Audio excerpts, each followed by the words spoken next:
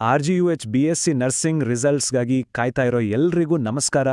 ಯಾಕಿಷ್ಟು ಲೇಟ್ ಆಗ್ತಿದೆ, ನಿಜವಾದ ಕಾರಣ ಏನು, ಈಗ ನಾವೇನ್ ಮಾಡಬೇಕು ಅಂತ ತುಂಬಾ ಜನ ಕೇಳ್ತಿದ್ರಿ.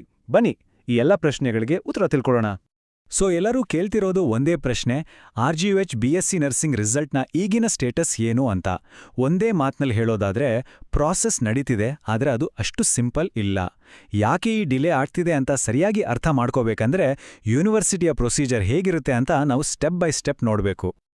ರಿಸಲ್ಟ್ಗಾಗಿ ಕಾಯೋದಂದ್ರೇನೆ ಹಾಗೆ. ಆತಂಕ, ಕುತೂಹಲ ಎಲ್ಲ ಒಟ್ಟಿಗೆ ಇರುತ್ತೆ ಅಲ್ವಾ?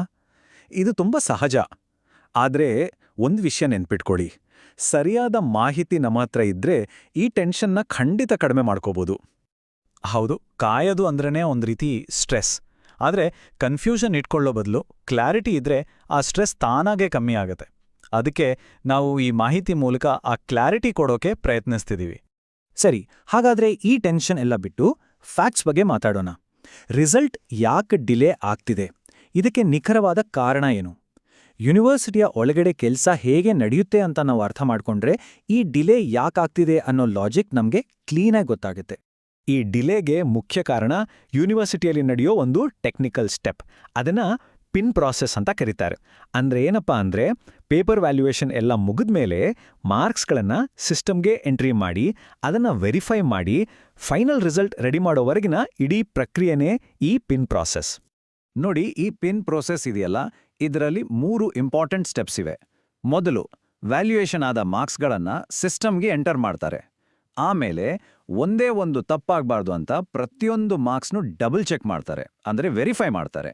ಕೊನೆಗೆ ಎಲ್ಲವನ್ನೂ ಒಟ್ಟು ಸೇರಿಸಿ ಅಫಿಷಿಯಲ್ ರಿಸಲ್ಟ್ನ ರೆಡಿ ಮಾಡ್ತಾರೆ. ಈ ಪ್ರತಿಯೊಂದು ಹಂತಕ್ಕೂ ಅದರದೇ ಆದ ಸಮಯ ಬೇಕೇ ಬೇಕು. ಸದ್ಯದ ಅಪ್ಡೇಟ್ ಪ್ರಕಾರ ಈ ಪಿನ್ ಪ್ರಾಸೆಸ್ ಈಗ ಫೈನಲ್ ಸ್ಟೇಜ್ನಲ್ಲಿದೆ. ಆದರೆ ಇದು ಇನ್ನೂ ಕಂಪ್ಲೀಟ್ ಆಗಿ ಮುಗಿದಿಲ್ಲ.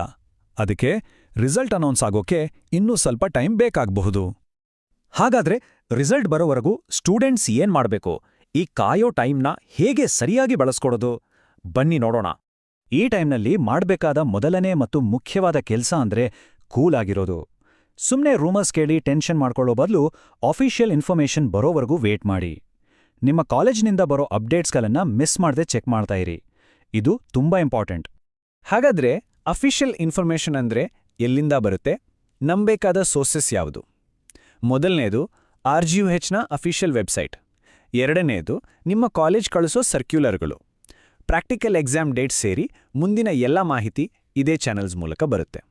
ಇದೆಲ್ಲದರ ಕೊನೆಗೆ ಒಂದು ಇಂಪಾರ್ಟೆಂಟ್ ಭರವಸೆ ಇದೆ.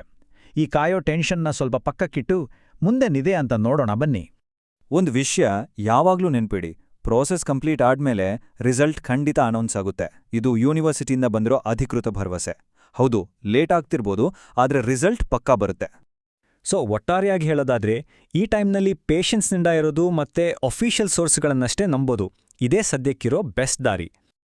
ಕೊನೆಯದಾಗಿ ಒಂದು ಪ್ರಶ್ನೆ.